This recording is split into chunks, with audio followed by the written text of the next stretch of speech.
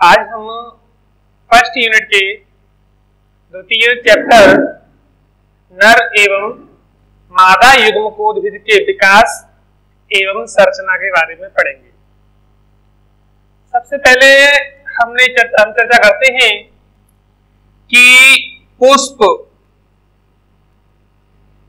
ही वह संरचना होती है जिसमें नर व मादा युग्मकोद्भिद का विकास होता है।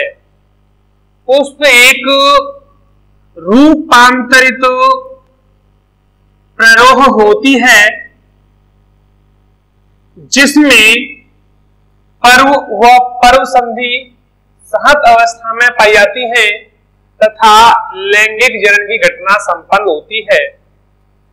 एक प्रारूपिक पुष्प के 4 भाग होते हैं जिसमें से एक भाग है पुमंग। पुमंग क्या है? पुष्प का नर जननांग भाग। पुष्प का नर जननांग भाग पुमंग कहलाता है। पुमंग एक आवश्यक चक्र है, जनन चक्र है जो दलपुंज व जायांग के बीच में पाया जाता है। पुमंग के सदस्य को पुंकेसर कहते हैं। पुंकेसर के 3 भाग होते हैं। पहला भाग है पुतंतु, दूसरा भाग है योजी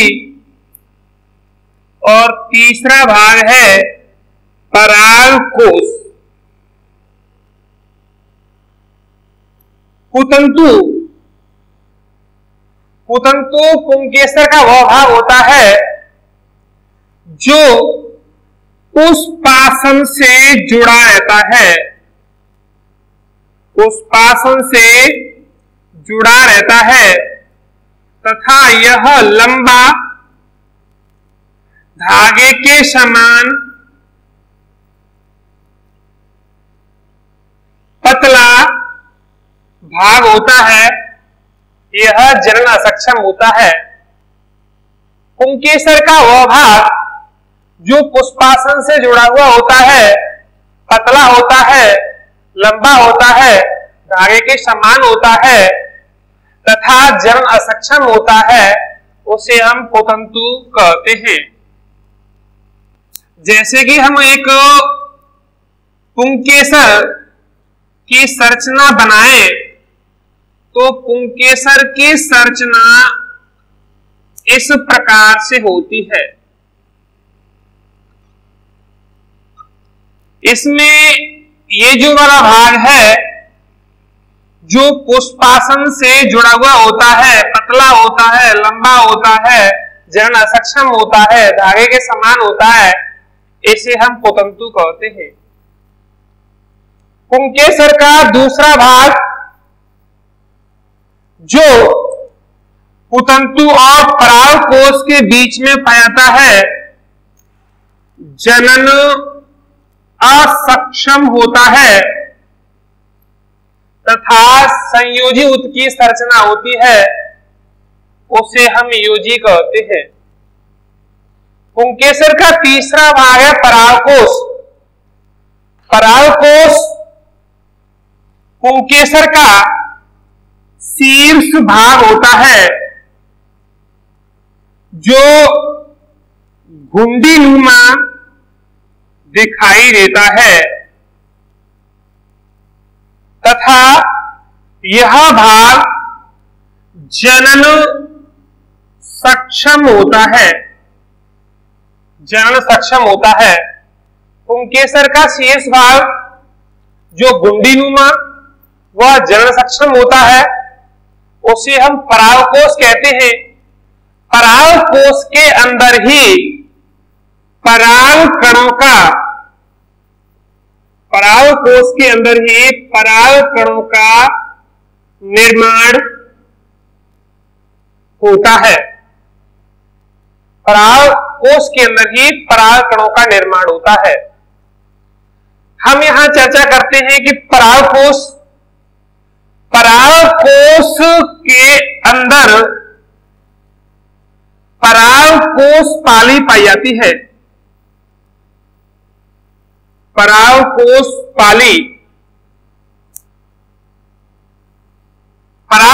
पाली क्या होती है? प्रत्येक परागकोश दो पिंडों में बटा हुआ होता है, दो चैम्बरों में बटा हुआ होता है। इन चैम्बरों को हम परागकोश पाली कहते हैं। परागकोश पाली के आधार पर परागकोश दो प्रकार के होते हैं, एक कोष्ठीय परागकोश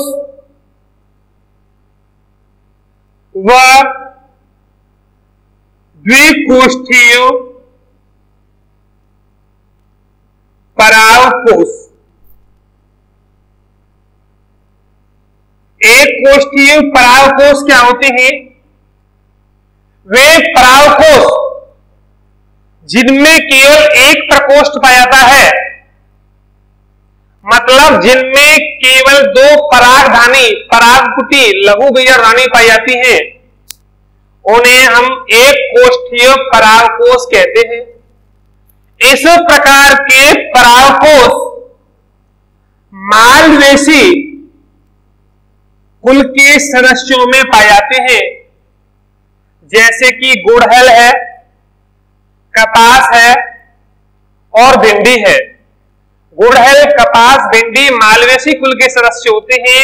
मालवेसी कुल की प्रमुख विशेषता होती है कि इनके परागकोश एक कोष्ठीय होते हैं। द्विकोष्ठीय परागकोश क्या होते हैं? वे परागकोश जिनमें दो परागकोश पाली पाई जाती है। वे परागकोश जिनमें दो परागकोश पाली पाई जाती हैं, उन्हें हम द्विकोष्ठीय परागकोश कहते हैं। अधिकांश पादपों में द्विकोष्ठीय परागकोश ही पाए जाते हैं, जैसे कि सरसों ब्रैसिकेसी कुल का सदस्य है, जैसे कि बैंगन सोलेनेसी कुल का सदस्य है। अधिकांश जो हमारे डाइकोटिलेडोन प्लांट है या एंजियोस्पर्म प्लांट है, उनमें द्विकोष्ठीय परागकोश पाया जाता है।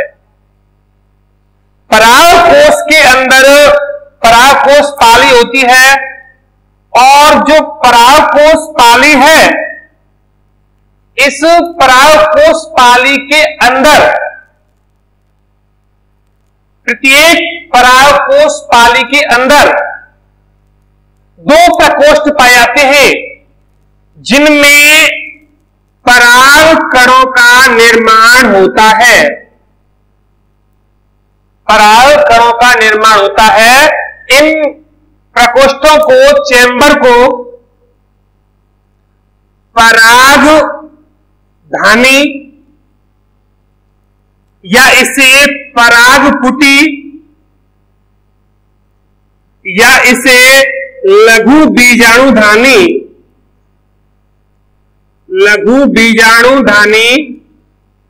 कहते हैं। आपको ध्यान रखना है कि पादप पर पुष्प है, पुष्प के अंदर संरचना है, उसका नाम है पुमंग। पुमंग के सदस्य को पुंकेसर। पुंकेसर के भी तीन भाग हैं, उसमें से एक भाग है परागकोश। परागकोश के अंदर होती है परागकोश पाली, और परागकोश पाली के अंदर होते हैं परागधानी। इसको हम परागपुटी कह सकते हैं, या इसको हम लघु बीजाणुधानी कह सकते हैं। आपको यह ध्यान रखना है कि प्रत्येक परागकोश पाली में दो परागधानी पाई जाती है। वैसे जो हमारे पुंकेसर होते हैं, पुंकेसर के अंदर जो परागकोश है, परागकोश पाली के आधार पर दो प्रकार के हैं, एक कोष्ठी परागकोश और द्विकोष्ठी परागकोश। एक कोष्ठीय परागकोश होते हैं, इनके परागकोश में केवल 2 परागधानी पाई जाएंगी, जबकि द्विकोष्ठीय परागकोश में 4 परागधानी पाई जाएंगी, क्योंकि यह निश्चित है कि एक परागकोश पाली में 2 परागधानी पाई जाती है। अब हम चर्चा करते हैं कि लघु बीजधानी क्या होती है, परागपुटी क्या होती है, परागधानी क्या होती है। लघु बीजधानी, इसको हम लघु बीजधानी भी कह सकते हैं। लघु बीजाणु धानी, इसे हम परागपुटी भी कह सकते हैं। परागपुटी, इसे हम परागधानी भी कह सकते हैं।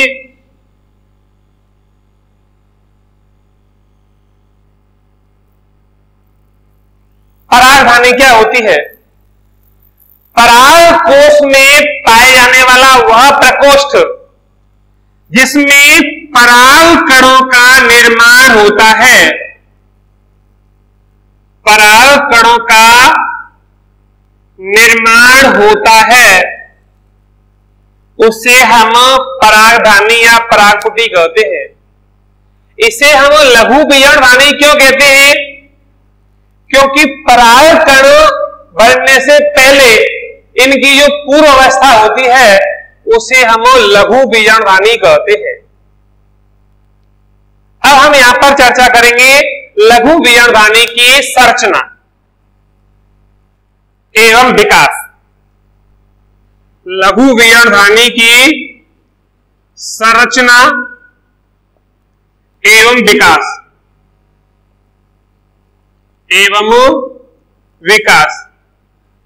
देखिए, ध्यान रखना आपको कि लघु बीजधानी की संरचना है। संरचना को समझने के लिए पहले उसके विकास के बारे में हमें अध्ययन करना है। विकास के बारे में अध्ययन करना है तो इसका विकास कैसे होता है? सबसे पहले क्या होता है, जो हमारे पादप की शाखा होती है उस पर पुष्पक्रम अक्ष होता है। पुष्पक्रम अक्ष, उस पुष्पक्रम अक्ष पर संरचनात्मक व हार्मोनल परिवर्तन होने से एक संरचना बनती है और उस संरचना का नाम है पुष्प कलिका। और ये पुष्प कलिका बाद में जाकर के पुष्प में विकसित हो जाती है। पुष्पक्रम अक्ष पर संरचनात्मक व हार्मोनल परिवर्तन होने से पुष्प कलिका का विकास होता है और यह पुष्प कलिका आगे जाकर के पुष्प में विकसित हो जाती है। पुष्पों के अंदर धीरे धीरे परिवर्तन होने से पुष्प पत्र होते हैं वो पुंमंग में बदल जाते हैं, मतलब पुंकेसरों का निर्माण होता है। पुंकेसरों में धीरे धीरे विकास होकर के परागकोश की पूर्व अवस्था आती है और परागकोश के अंदर परागधानियों का विकास होता चला जाता है। इसके बाद में क्या होता है, जब प्रारंभिक परागकोश होता है तो प्रारंभिक परागकोश के चारों ओर बाह्य त्वचा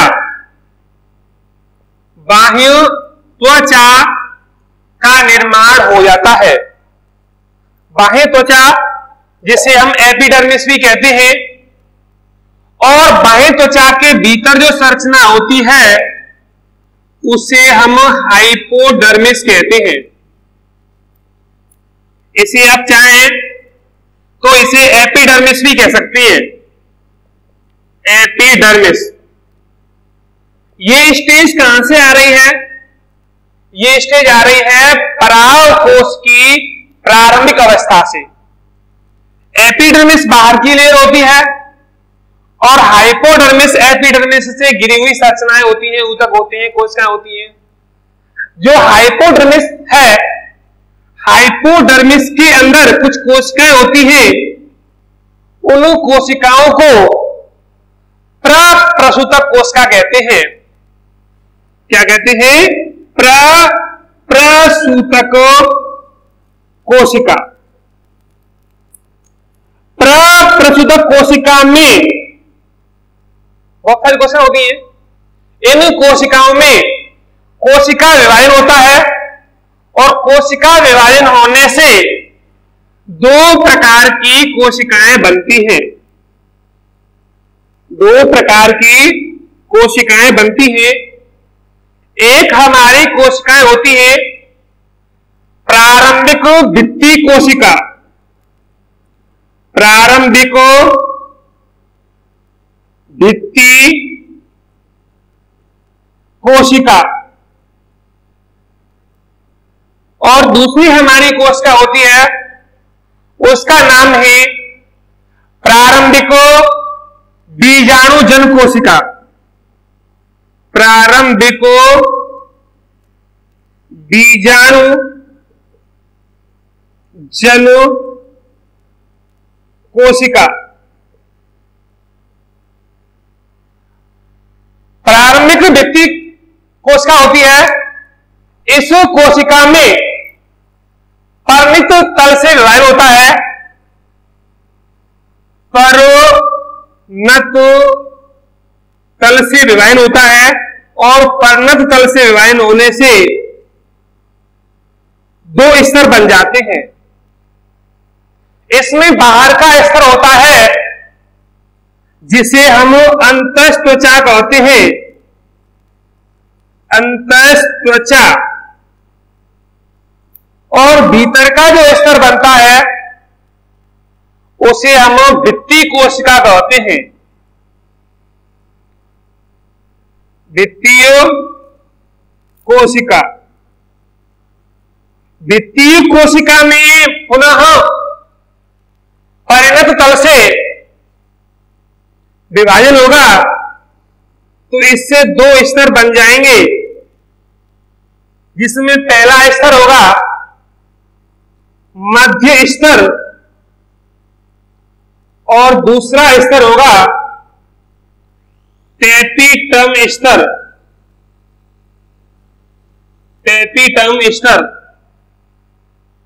देखिए, ध्यान देते हैं कि सबसे पहले क्या हुआ था, दोबारा से इसको रिवाइज करते हैं जल्दी, कि हमारा पादप था और पादप पर एक संरचना का विकास हुआ था, पुष्पकलिका, और पुष्पकलिका से क्या बना था?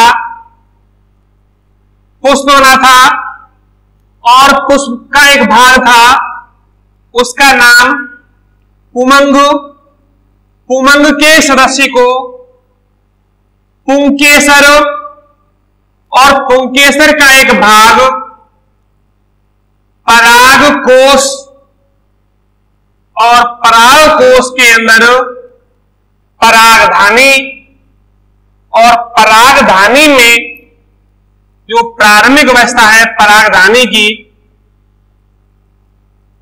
परागधानी की प्रारंभिक अवस्था, उसमें विकास हुआ था। इस प्रकार से दो लेयर बनी थी, जिसमें एक बाहरी लेयर एपिडर्मिस, भीतरी लेयर हाइपोडर्मिस।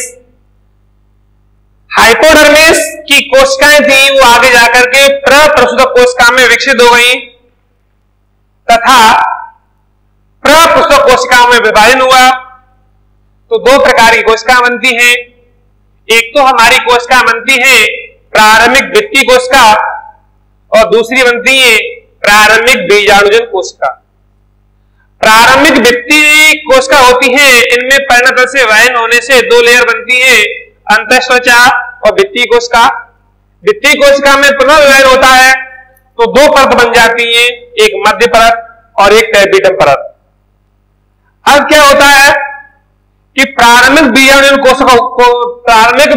कोशिकाएं होती हैं, इन कोशिकाओं में बार बार समसूत्री विभाजन होता है। इन कोशिकाओं में बार बार समसूत्री विभाजन होगा और समसूत्री विभाजन होने से, माइटोसिस होने से कुछ कोशिकाएं बनेंगी। इन कोशिकाओं को बोलते हैं हम लघु बीजाणु मात्र कोशिका। लघु बीजाणु मात्र कोशिका।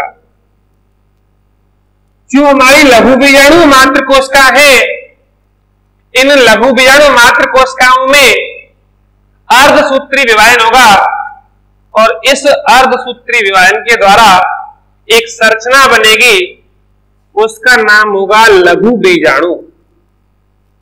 लघु बीजाणु।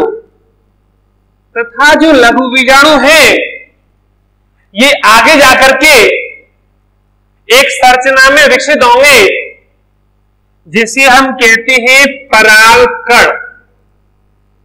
परागकण। और परागकण जब अंकुरित हो जाते हैं तो उसे हम कहते हैं नर युग्मकोद्भिद। नर युग्मकोद्भिद। तथा नर युग्मकोद्भिद के अंदर ही नर युग्मकों का निर्माण होता है। इस प्रकार से पादप हमारा पुष्पकलिका डेवलप हुई, पुष्प में डेवलप हुई, हमारा पुष्प का भाग हुआ पुमंग, पुमंग का सदस्य पुंकेसर, पुंकेसर का भाग परागकोश, परागकोश के अंदर परागधानी, परागधानी का विकास होता है, दो लेयर बनती हैं, एपिडर्मिस और हाइपोडर्मिस।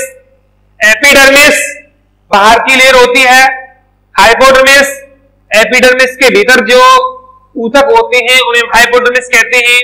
हाइपोडर्मिस की कोशिकाएं आगे जाकर के प्रप्रसूत कोशिकाओं में डेवलप हो जाती हैं। प्रप्रसूत कोशिकाओं में कोशिका विभाजन होता है जिससे दो लेयर बनती है, प्रारंभिक द्वितीय कोशिका लेयर और प्रारंभिक बीजाणु कोशिका लेयर। अब क्या होता है, प्रारंभिक द्वितीय कोशिका होती है, इसमें भी विभाजन होता है, परिणतल से विभाजन होता है और दो लेयर बनती है, अंतःस्त्वचा और द्वितीय कोशिका वाली। द्वितीय कोशिका में पुनः इसी तरह से विभाजन होता है तो दो लेयर बनती है, मध्य स्तर और टैपिटम स्तर। प्रारंभिक बीजाणु कोशिका थी, इन कोशिकाओं में बार बार समसूत्री विभाजन होता है और बार बार समसूत्री विभाजन होने से कुछ कोशिका बनती हैं विशिष्ट, उनको हम बोलते हैं लघु बीजाणु मात्र कोशिका। लघु बीजाणु मात्र कोशिका के अंदर मियोसिस की घटना होने से लघु बीजाणु बनते हैं तथा लघु बीजाणुओं से परागकणों का निर्माण होता है और जब परागकण अंकुरित हो जाते हैं तो उसे हम नर युग्मकोद्भिद कहते हैं और नर युग्मकोद्भिद के अंदर ही नर युग्मकों का निर्माण होता है। इस प्रकार से ये हमारे नर युग्मकोद्भिद का विकास है। अब हम यहां पर चर्चा करते हैं कि लघु बीजाणुधानी की संरचना। लघु बीजाणुधानी की संरचना तो देखो, अभी हमने यहां पर यह देखा था कि लघु बीजाणुधानी की संरचना में मूलतः दो भाग होते हैं, लघु बीजाणु धानी की संरचना। लघु बीजाणुधानी की संरचना में दो भाग होते हैं, एक तो इसका भाग है, उसका नाम है लघु बीजाणु धानी भित्ति। लघु बीजाणुधानी भित्ति। और दूसरा जो इसका पार्ट है उसे हम बोलते हैं बीजाणु जन ऊतक। या बीजाणुजन कोशिकाएं। लघु बीजाणुधानी भित्ति है। लघु बीजाणुधानी भित्ति के भी 4 भाग होते हैं। इसके 4 भाग होते हैं। पहला भाग है बाह्य त्वचा, दूसरा भाग है अंतस्त्वचा, अंतस्त्वचा, तीसरा भाग है मध्य स्तर और चौथा भाग है टेपिटम स्तर, मध्य स्तर और टेपिटम स्तर। लघु बीजाणुधानी भित्ति के 4 भाग होते हैं, बाह्य त्वचा, अंतस्त्वचा, मध्य स्तर और टेपिटम स्तर। सबसे पहले हम इसका एक डायग्राम बना देते हैं और समझते हैं कि लघु बीजाणुधानी की संरचना कैसे होती है। तो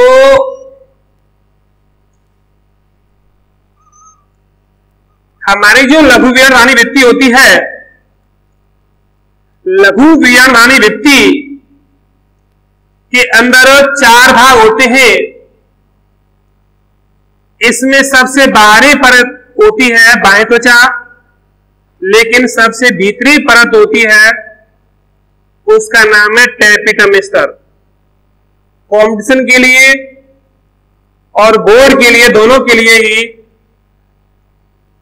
टेपिटम स्तर इंपोर्टेंट है। टेपिटम स्तर यह है। टेपिटम स्तर में जो कोशिकाएं होती हैं, स्पष्ट केंद्रक वाली, बड़े केंद्रक वाली, पतले कोशिका भित्ति वाली तथा बहु केंद्र की होती हैं और इनका जीव द्रव्य गाढ़ा होता है। ये केवल एक स्तर के रूप में पाई जाती हैं।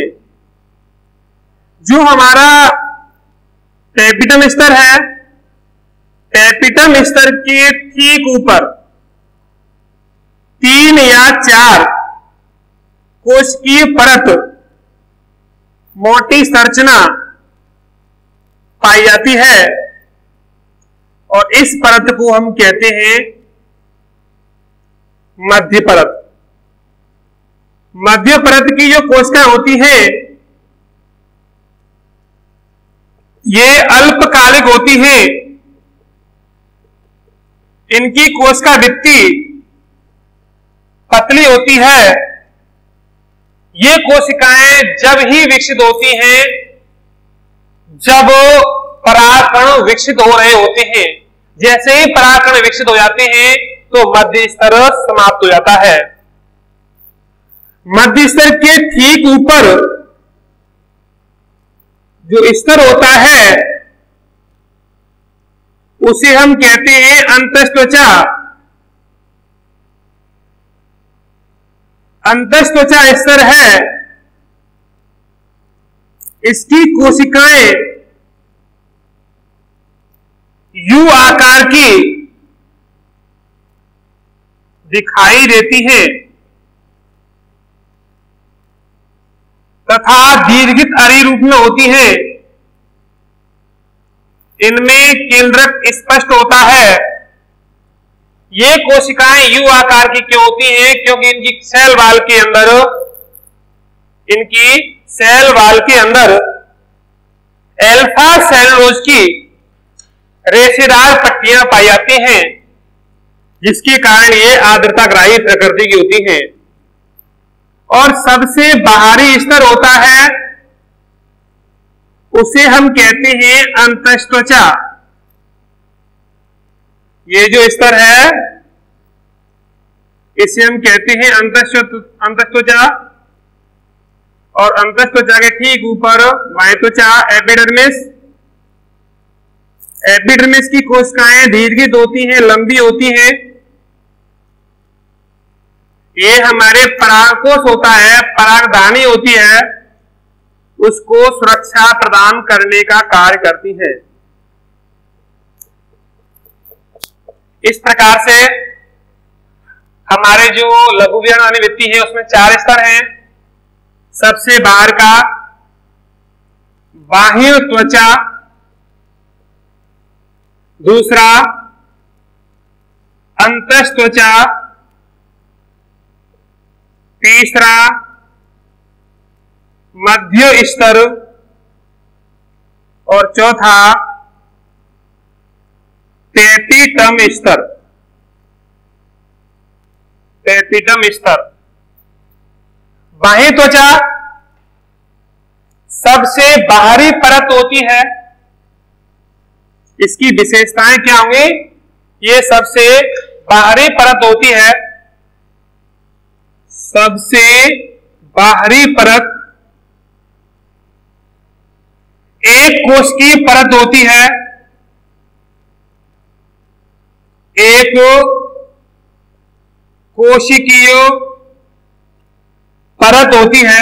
ये जो परत है सबसे बाहर की परत दिख रही है ना हमें, और एक कोश की परत मोटी है ना, और इसकी कोशिका होती है स्पर्श रेखीय दिशा में, स्पर्श रेखीय दिशा में व्यवस्थित होती है। मतलब स्पर्श रेखीय दिशा में एक दूसरे से स्पर्श की होती है और दीर्घित होती है। दीर्घित होती है। ये जो परत है, ये परत परागधानी को सुरक्षा प्रदान करने का कार्य करती है। दूसरी हमारी परत है अंतस्त्वचा। ये जो हमें परत दिख रही है रेड कलर में, ये है अंतस्त्वचा, एंडोथीशियम। एंडोथीशियम जो परत होती है, ये परत भी एक कोशिकीय मोटी परत होती है। इसकी कोशिकाएं यू आकार की दिखाई देती हैं, क्योंकि इनकी कोशिकाओं में भीतर की तरफ अल्फा सेल्यूलोज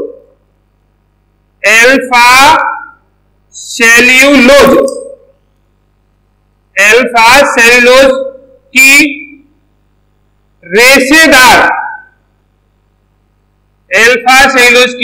रेशेदार पट्टी पाई जाती है। और ये जो अल्फा सेल्यूलोज की रेशेदार पट्टियां होती हैं, इनके कारण ही एंडोथीशियम की कोशिकाएं आर्द्रताग्राही प्रकृति की होती है। आर्द्रताग्राही प्रकृति की होती है, अर्थात वायुमंडल से आर्द्रता को ग्रहण करने का कार्य करते हैं। इसी कारण जो हमारी एंडोथीशियम लेयर होती है, अंतस्त्वचा होती है, जब इसके अंदर से आर्द्रता, जब हमारे परागकोश परिपक्व होते हैं तो उसमें आर्द्रता कम रह जाती है। कम रहने से अल्फा सेल्यूलोज की रेशेदार पट्टियों में खिंचाव होता है, और इनमें खिंचाव होने से परागकोश स्फुटित हो जाते हैं। अर्थात एंडोथीशियम लेयर ही ऐसी लेयर होती है जो परागकोश के स्फुटन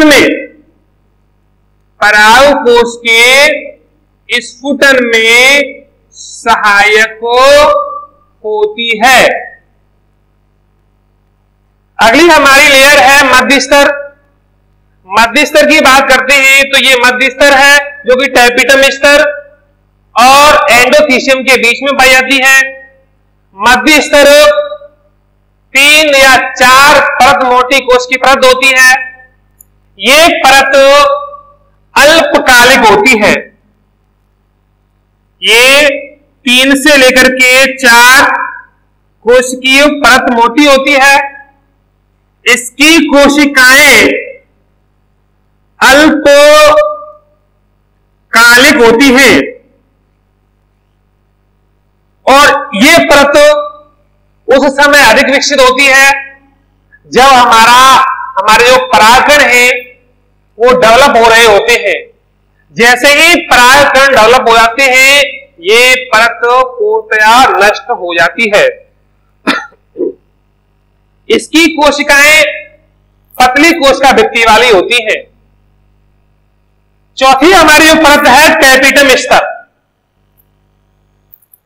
लघु बीजाणु भित्ति की सबसे भीतरी परत जो बीजाणु जन ऊतकों को घेरे हुए, जैसे कि ये बीजाणु जन ऊतक है, इन बीजाणु जन ऊतकों को घेरे हुए रहती है, उसे टैपिटम स्तर कहते हैं। टैपिटम स्तर की कुछ विशेषताएं हैं, उनकी चर्चा करते हैं। टैपिटम स्तर लघु बीजाणुधानी भित्ति, लघु बीजाणुधानी भित्ति की सबसे भीतरी परत होती है। ये सबसे भीतरी परत होती है। इस स्तर की कोशिकाएं गाढ़े जीव द्रव्य वाली, सघन जीव द्रव्य वाली, पतली कोशिका भित्ति वाली,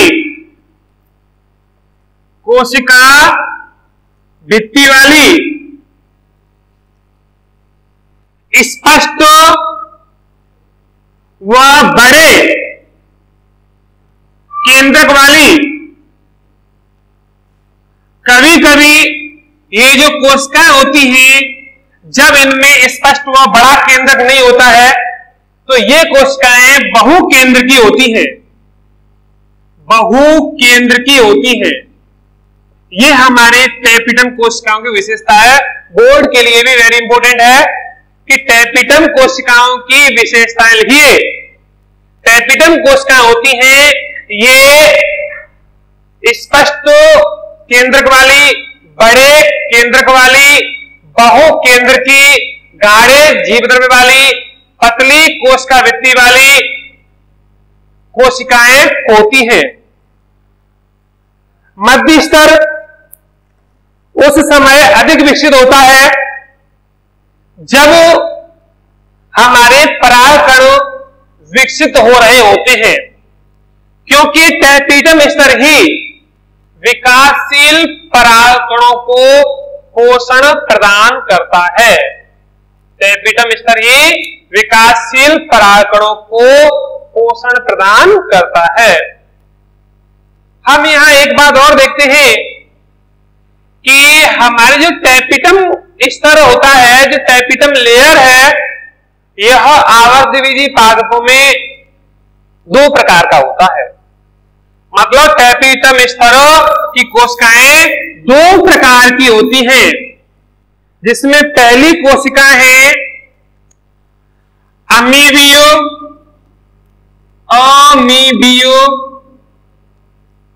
टैपिटम कोशिकाएं और दूसरी होती है स्रावी टैपिटम कोशिकाएं। अमीबीय टैपिटम कोशिकाएं और स्रावी टैपिटम कोशिकाएं। अमीबीय टैपिटम कोशिकाएं कम पादपों में पाई जाती हैं। इसका एग्जाम्पल है एक टाइफा। अधिकांश द्विबीजपत्री पादप होते हैं, अधिकांश द्विबीजपत्री पादप होते हैं, उनमें स्रावी प्रकार की टैपिटम कोशिकाएं पाई जाती हैं। अमीबीय टैपिटम कोशिकाएं क्या होती हैं? वे टैपिटम कोशिकाएं जो अमीबीय गति करते हुए, जैसे कि देखो ये टैपिटम कोशिकाएं हैं, ये टैपिटम कोशिकाएं अमीबीय गति करते हुए बीजाणुजन ऊतकों के बीच में पहुंच जाती हैं। जैसे यहां से इसने अमीबी गति की और ये बीजाणु ऊतकों के बीच में पहुंच गई और पहुंचने के पश्चात इनकी कोशिका भित्ति फट जाती है और कोशिका भित्ति फटने से जीव द्रव्य बाहर निकल जाता है और इस जीव द्रव्य को पोषण के रूप में विकासशील परागकणों द्वारा ग्रहण कर लिया जाता है। ध्यान रखना आपको कि जो हमारी अमीबी टाइपिडम कोशिकाएं होती हैं, ये कोशिकाएं अमीबी गति करते हुए बीजाणुजन ऊतकों के बीच में पहुंच जाती हैं। जैसे ही ये बीजाणुजन ऊतकों के बीच में पहुंच गई, पहुंचने के पश्चात इनकी सेल वॉल फट जाती है और सेल वॉल फटने से इनके अंदर से जीव द्रव्य है वो बाहर निकल जाता है और उस जीव द्रव्य को विकासशील परागकणों द्वारा पोषण के रूप में ग्रहण कर लिया जाता है। दूसरी हमारी स्रावी टाइपिडम कोशिकाएं होती हैं। स्रावी टाइपिडम कोशिकाएं क्या होती हैं? ये कोशिकाएं अपने नियत स्थान पर ही, स्रावी टाइपिडम कोशिकाएं अपने नियत स्थान पर जहां पर है वहीं पर ही रहते हुए उसी स्थान पर बने हुई वहीं से रसायनों का स्रावण करती हैं और ये रसायन बीजाणु ऊतकों को पहुंचते हैं और वहां पर पहुंच करके उन रसायनों को बीजाणुजन ऊतकों द्वारा ग्रहण कर लिया जाता है। लास्ट हम देखते हैं कि टाइपिडम कोशिकाओं का फंक्शन क्या है। वेरी इंपॉर्टेंट, टाइपिडम कोशिकाओं का पहला व प्रमुख फंक्शन है ये विकासशील परागकणों को पोषण प्रदान करती है। ध्यान रखना है आपको, विकासशील परागकणों को, विकासशील परागकणों को पोषण प्रदान करने का कार्य टाइपिडम कोशिका करती है। टाइपिडम कोशिकाओं से कैलेज नामक पदार्थ का भी स्राव होता है, एंजाइम का। इनसे कैलोज नामक पदार्थ का भी स्राव होता है। इनके द्वारा विशिष्ट प्रकार की प्रोटीन का स्राव होता है जिसके कारण परागकण अपनी ही जाति की वर्तिकाग्र को पहचानने का कार्य करता है, अर्थात पराग स्त्री की संकर्षणी क्रिया होती है। टाइपिडम कोशिकाओं के द्वारा एक रसायन का स्राव होता है जिससे प्रोयूविस्काय बनता है और प्रोयूविस्काय से स्पोरोपोलिन का निर्माण होता है।